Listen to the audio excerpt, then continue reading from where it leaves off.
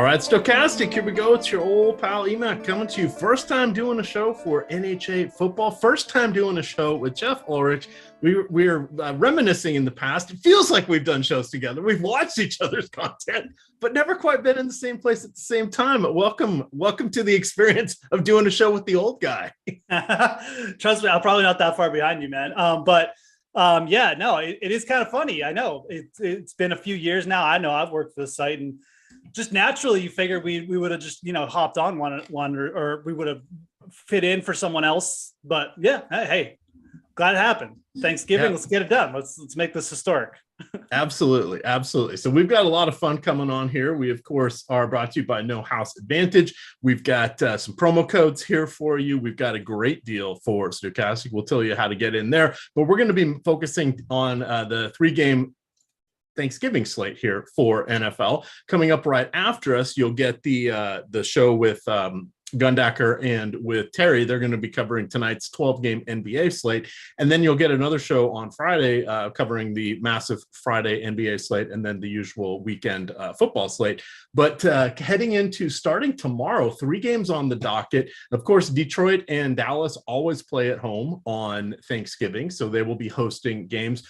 We've got the night games going to be New England at Minnesota, and then the first matchup will be Buffalo at Detroit. That is Buffalo. Remember, they played there last week. They took on the Cleveland Browns because of the weather there in Buffalo, so they did not have to travel back to Detroit. You've got the New York Giants taking on Dallas here, and we've got some interesting stuff. There's some injuries and a variety of things to look at, but the best thing to look at is the overlay here at No House Advantage, because there will be a lot of it. Tomorrow's NFL contest, $20,000 prize pool, $10,000 to first here. That will probably be, since this is an early start, maybe 35 to 40% full is my guess. Their usual Sunday after first morning slate usually overlays about 40%. I'm guessing we get a little bit more with the 12:30 kickoff here, and people scrambling and out of sorts, and the kids are at home, etc. A lot of things going on. I'm assuming you have kids that will be underfoot tomorrow in your way.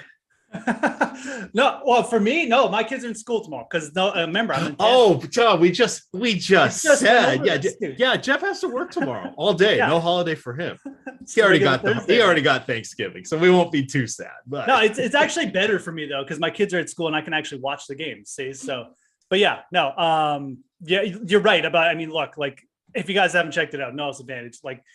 Overlay on these contests, big first place prizes. It's just a good day. It's obviously we got 3 contests going up against each other, so that's even better than a usual like primetime slate. So, absolutely. And then they do have a primetime night slate for tomorrow. That's going to be, I think it's a $15,000 prize pool, and then they've got $20,000 prize pool for NBA tonight.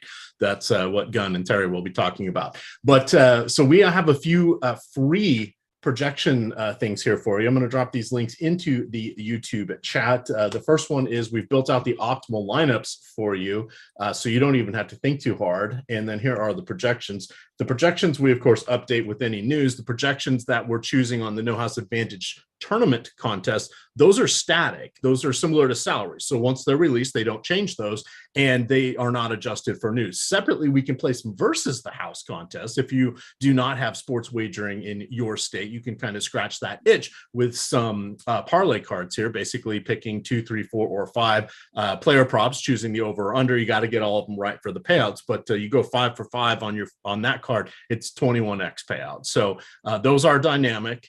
Why are they dynamic and relatively sharp? Well, it's kind of like a sports, but No House Advantage is giving you all this overlay on the other side. That's their marketing tool.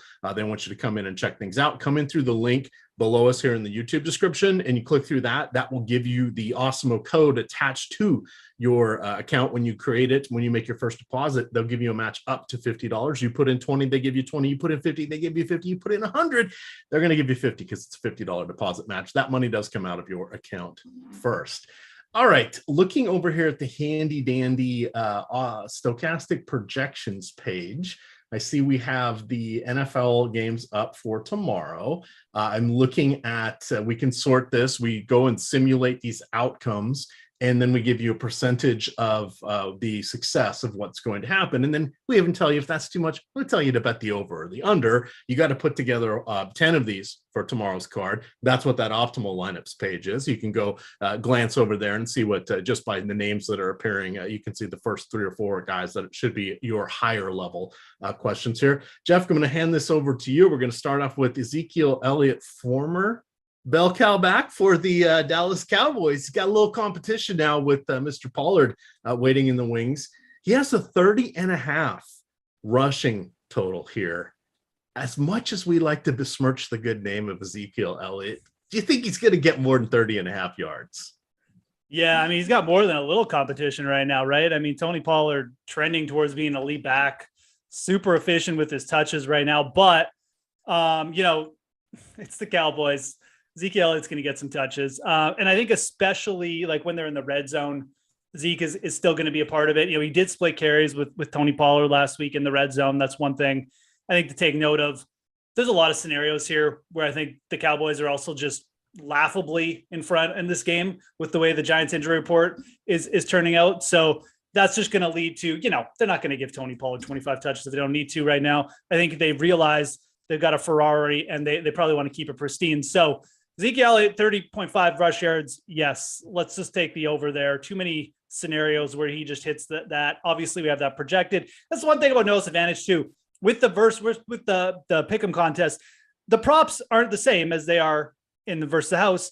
They always give us these different props, and it's a contest. So you could take a hard line and go under Zeke. I think there's better places to do that though.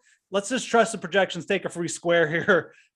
This one should hit. Again, unless he gets injured or the Giants somehow make this somehow get in front by like a few scores and Dallas has to pass a lot, which I just don't see happening. So now looking at Tony Pollard's same version of this, he's got a 75, I think it's 75.5 rushing yard prop. That feels like that might be a little bit aggressive. I don't know that I want to go under just because he tends to break off at least 1 or 2 20-yard plays. Sometimes it comes through the pass, sometimes it comes through the run. We've seen him, I think he has 3 different 50-yard touchdowns, rushing touchdowns in his career, so he can kind of score from anywhere on the field. So it makes me a little nervous to take the under, but that just shows the disparity here of what we're looking at, and just makes you want to go shop some of these other odds. Another one that stands out a lot here, we have Saquon Barkley, 87.5 rushing yards. We're projecting him for 69. That would be nice compared to what he did last week. What he had, like 20 touches and 35 yards or something like that. It was a bit of a debacle. Matt Breida waiting in the wings, just because that's how life works. You've got Danny Dimes lurking. Somehow he found the end zone on the ground. I don't want to write off Saquon Barkley this quickly, but it feels like under 87.5 yards is not a bad option because we know he can get some of his yards on swing passes, etc. So he could still get 120, 130 combined yards and come in under that rushing yard total, and we'd be thrilled with that. Feels like a lofty number to get over at 87.5. I think 90 for him feels a bit tough. How are you feeling about that one? Yeah, pretty much the same way. Saquon's a player I don't have. Like, I'd rather fade Saquon than Tony Pollard in this spot for sure. Just again, like Giants, two of their starting alignment may not play. You got Dallas defense that's top 10 in pass DVOA and rush DVOA. They just don't allow big plays anyways. And like Saquon may need 25 carries to even just get to 80 yards here. But like you said, it's not 80 yards, it's 87.5. So even a decent game for Saquon, we could see him going under this.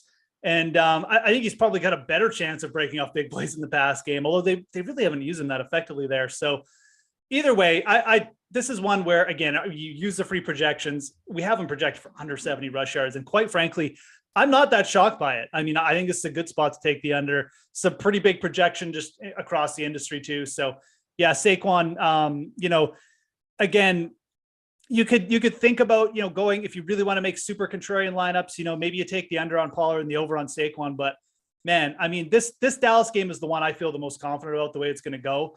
And I think that you've got to play for a game flow where Barkley's probably going to get stuffed. They're really going to just put the pressure on Daniel Jones and just try and sack him. And I think if anything, you may look for like Daniel Jones to get some garbage time, but I don't think that the carries are going to be there for Saquon in this game. Yeah, and even if we look at it, he even on his volume games, so he has 10 games this year. 4 of them, he has 110 yards rushing or more. The other 8, 83 or less. And that's so it's like, okay, there's some boom bust there. And we remember some of these big games, but again, week 2 against Carolina, 21 for 72. Dallas previously, this is week 3. It's a lifetime ago in the NFL, but 14 for 81 against Green Bay, 13 for 70. Last week, Detroit 15 for 22. Week 6 against Seattle, crappy rushing defense, 20 for 53. So just kind of pointing out, even when he does get the volume, it's not a guarantee. He bounces outside and gets a long one. All right, then we could be in trouble. But it feels like going the under here is the more appropriate and responsible play. Let's look at a couple others here. I'm looking. We need a different team, shall we say, or a different matchup since we've had a hit on these. How are you feeling about someone like? Here's a good one, DeAndre Swift. So we've basically banned him in DFS. It's a 3-game slate. He's dynamic. Jamal Williams, the proverbial nose for the end zone. I think 4 different games now with multiple touchdowns. When did that happen? What do you think here with DeAndre Swift? 32.5 rushing yards. Feels attainable, but he hasn't been there very many times this season. Yeah. I mean, he had a prop similar to this last week, right? And I mean, he's just not fully healthy. I mean, I think is what it boils down to. He's playing through injuries. He's obviously able to go out there and play, but I mean, this just isn't the same player. I mean, that we saw at the start of the year. I don't know if it's like a team thing or what, but I mean, it's, like it's not happening. So it doesn't even really matter why at this point. They've got Justin Jackson involved last week. So Swift is, if you're looking for again, like we talked about some of these contrarian moves, because I think that like an over on a Zeke is going to be popular. I don't think that the under on Barkley is going to be as popular as some of these other ones, but like no one's taking the over on DeAndre Swift here, are they? I mean, I think most people are just viewing this guy as, like you said, they're banning him, and anything they see this and say, oh, well, Swift is never getting over this, but he's a dynamic player. Like you said, he may need 3 carries to go over this. I mean, it's very plausible that happens. So yeah, I could see mixing this in. I wouldn't get super risky with it, but it's definitely a prop. Should be lower owned to the over side. If you want to just take the under, against the Bills, I wouldn't have a problem with that either. That's where our projections are leaning. One thing I'd say about Buffalo too, like their defense of late, kind of like everywhere, they've just been like, they're almost just going through this lull where, like they've allowed some big rushing games. Dalvin Cook beat him up for a couple big plays. And really, like the Cook rushing yardage game where he put for over 100, it kind of came off one big play too. So it's not that Buffalo's regressed, but they've been allowing a few more big plays. So would I be overly shocked if Swift just popped for a big play? No. Do I want to bet all my money is on it and put it high up in my lineups here on No House? No. Would I sprinkle it in like one lineup if I was making 10? Yeah, I might do that just for a low and play, but I wouldn't put this high up. Probably just a good fade target. Yeah. So it for me, it'd be a 3-pointer. I don't know which way I want to go. However, his last 4 games, 18 carries, 42 total yards. He is active in the passing game. His last 4 games, 5, 4, 3, and 3 targets. That by itself leads every other running back for the entire season. He has 27 total targets. So he seems to be a little more active in the passing game. That's probably where the game script or game flow will go in this one. So if I had to lean one way, I'd lean the under, but it's one of those where sometimes we like to look in for a little context when you see something that low and, oh yeah, Swift could do that. And then you start, if I told you he had his last 18 carries over 4 games and he didn't crack 50 yards, you're going to be running from this one. That's what I just told you. So be a little wary on this one. Let's do a couple more here. What popular? Let's look at some of the quarterbacks here, right? It's a passing league. Let's look at some of these passing props.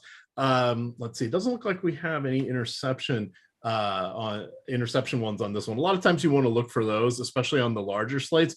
They'll tend to give 4 or 5 of them. You can usually take the over for quite a few people that have half, but if it's a bad quarterback, they'll put 1.5 up as the number. It's not. Even with all the passing these days in the NFL, it's not often that you get 2 interceptions in the same game, even with some of the bad quarterbacks. But let's look here. You've got Kirk Cousins, 265 yards on No House Advantage. Stokastic says 233. Where are you landing with this one?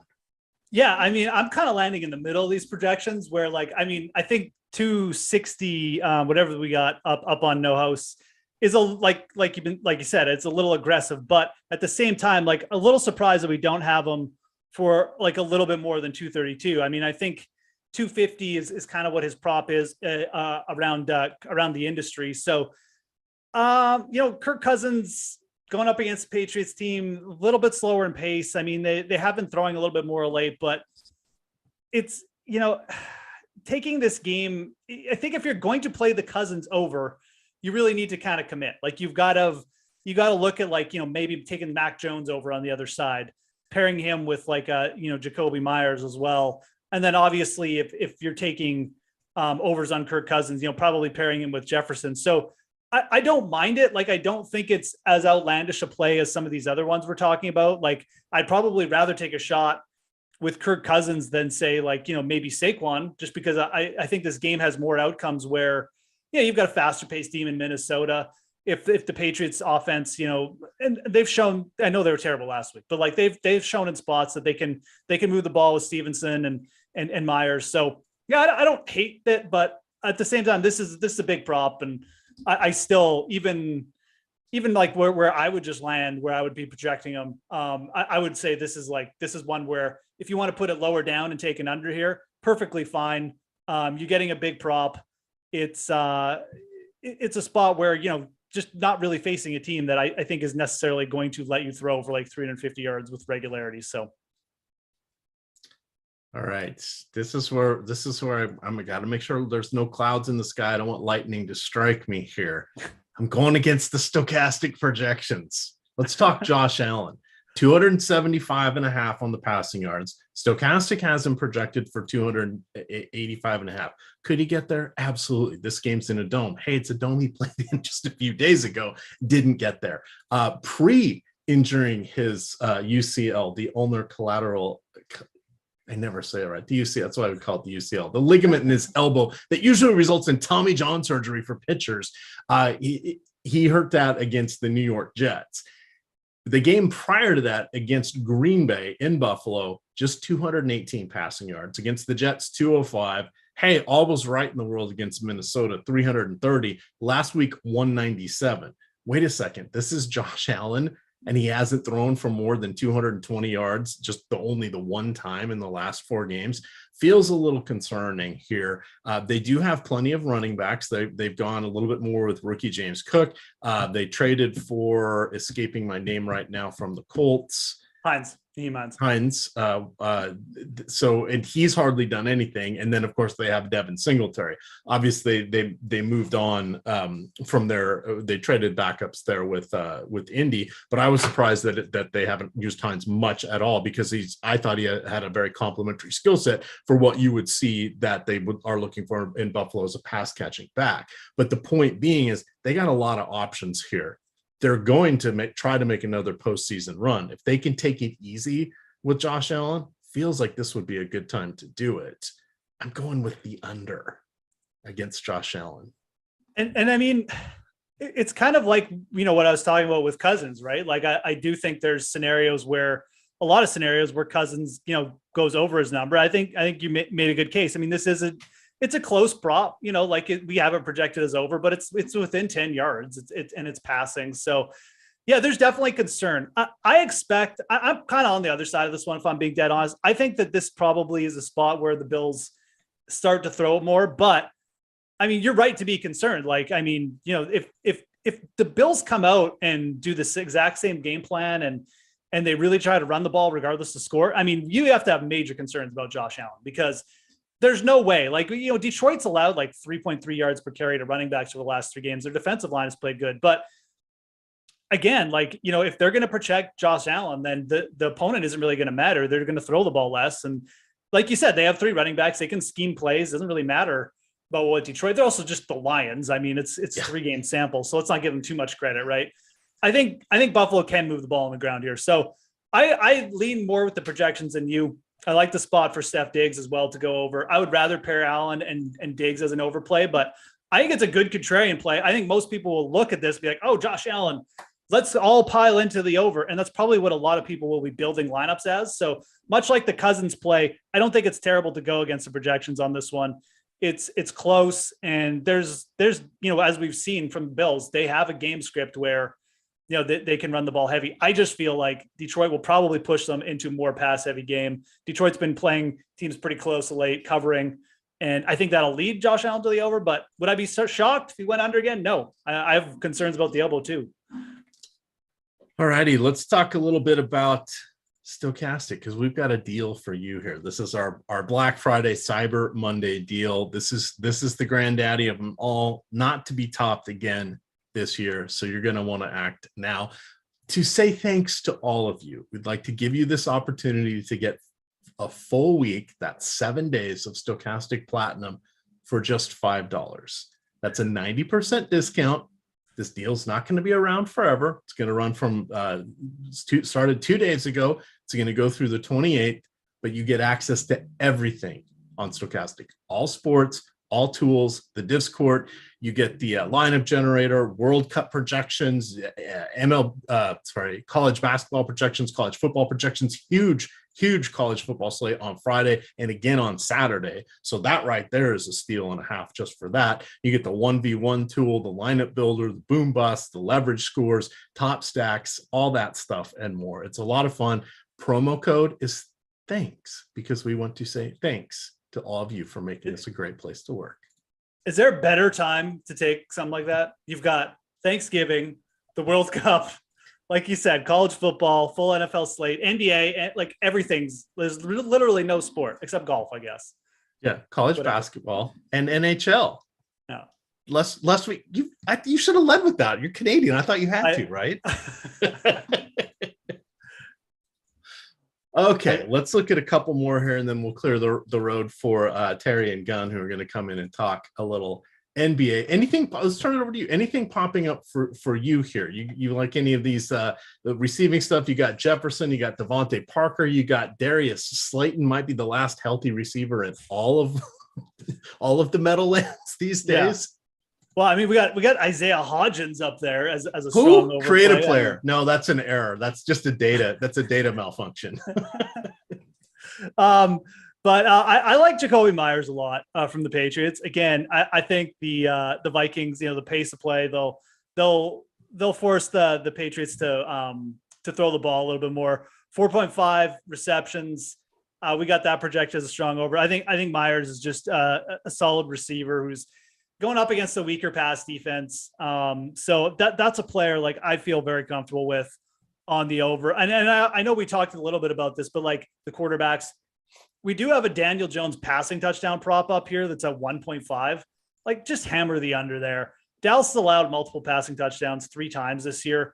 One of them was to Justin Fields in just an absolute garbage time scenario. One of them was to Jalen Hurts, and then the other was in the OT game versus I believe the Packers. So again, like this defense is just firing on all cylinders. Daniel Jones may not even survive the game. Like, honestly, that's what I'm looking at this. So that's a hammer under. That's a high point play for me. Daniel Jones under 1.5 passing touchdowns. So those are 2 that really stood out for me. We talked a little bit about, like how I see that game going in Buffalo. I think one thing to consider is, if depending on how you're building in Buffalo, Devin Singletary is a really interesting player to build around. If you're on my side and you think that this is a spot where, Detroit stiffens up a bit, Allen throws more, throw in a Devin Singletary under. But, if you're on EMac's side and, you're going to play the under, which I think is fine because it's going to be nice contrarian, get good leverage on the field, probably go the over on it. It's not a big total. It's lower than we're seeing around the industry. Singletary is just a solid player anyways, and he's playing well. So, that's a spot I think you can really like hammer that Buffalo offense. I think Singletary is really correlated with Allen and vice versa. So, yeah, that 52.5, it makes it a decent number. In his last 5 games, 18 for 86, 13 for 47, 8 for 24, 14 for 67, throwing a couple more, 17 for 85, 6 for 42. So he's kind of going to be around there. We just need 1 or 2, not even dramatic breaks, just a few things to kind of go in his favor, and he ought to get there. Again, slightly crowded backfield, but it's a rookie, and it's Nyheim Hines. I don't even know that he's seen the field yet for the Bills. So we should get first week. So did he? Okay. But we should get half the workload going to Singletary. Okay, this is a chance. So that's sort of the way I'm looking at this one. Could we be wrong? Yes, we're probably going to be wrong a lot, but as long as we're right more than we're wrong, we should do pretty well in fantasy sports here. I'd like to hope. With proper game selection, bankroll management, using deposit bonuses like those brought to you by No House Advantage, and chasing overlay. Definitely with chasing overlay. Any final thoughts here as we sort of wrap this up? What's your favorite game to watch in all of these? To watch, I mean, I kind of want to see if the Cowboys. I'm most interested in the Cowboys game for the simple fact I want to see if they can actually do this, because this should just be a layup spot for them.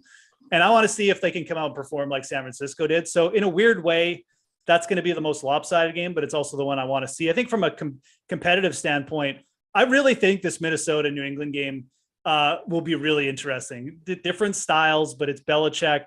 I think it's going to be higher scoring than people think too. Like I like the over in that game. That's why I was kind of mentioning, like I like chasing the over on Cousins and some of like Myers as well. So that's a game that I think will have some good excitement around it. I'm hoping it will. And I think it's a game where I would be more willing to kind of go against some of those unders that we had projected and play for a higher scoring game. So. All right, I'm trying to remember here. It's a pretty good Thanksgiving slate, don't you think, compared to what we have sometimes? Yeah, it's not bad at all, because I mean everybody's going to be excited to see Buffalo. So that's fun. Detroit is showing that this year they've risen up and they have a lot of multi-touchdown games. Okay, that's not something we expect from Detroit. So we could see a little something here. Dallas and New York. Okay, we always love NFC East matchups, right? That just is the way it goes. And then you get Minnesota and New England. It's the tortoise and the hare approach, right? How is it going to happen? It's too bad that this isn't in Foxborough, because I'm sure that how they water the base paths in baseball if you've got a base stealer, because they do something to the field to slow down Justin Jefferson, I would think. But this is a dichotomy of matchups, but it's kind of strength versus strength. So something to watch in each of these games, where so many of what we felt like our island games have just been write-offs this year. Some of them that we thought were write-offs turned into good games. Yeah, that's true too. There's been some abominations. And then the ones I'm like, I'm playing one lineup and I refuse to watch this Green Bay, whatever. It's like, oh, that actually was a good game. I should have watched that one, right? Yeah. Well, we got 3 to choose from. One of them, at least one of them should be decent, half decent. Hopefully a couple, but absolutely. All right. Well, we're going to get on out of here, but remember, promo code THANKS gets you 1 week of Stokastic all access for $5. Use the link below us to go in, sign up at No House Advantage, get a $50 deposit match on your first deposit, and of course, overlay, all sorts of fun over there. With that, you can follow Geoff on Twitter at The Fantasy Grind. I am at EMac DFS, and it is Stokastic _COM. With that, gamers, good luck.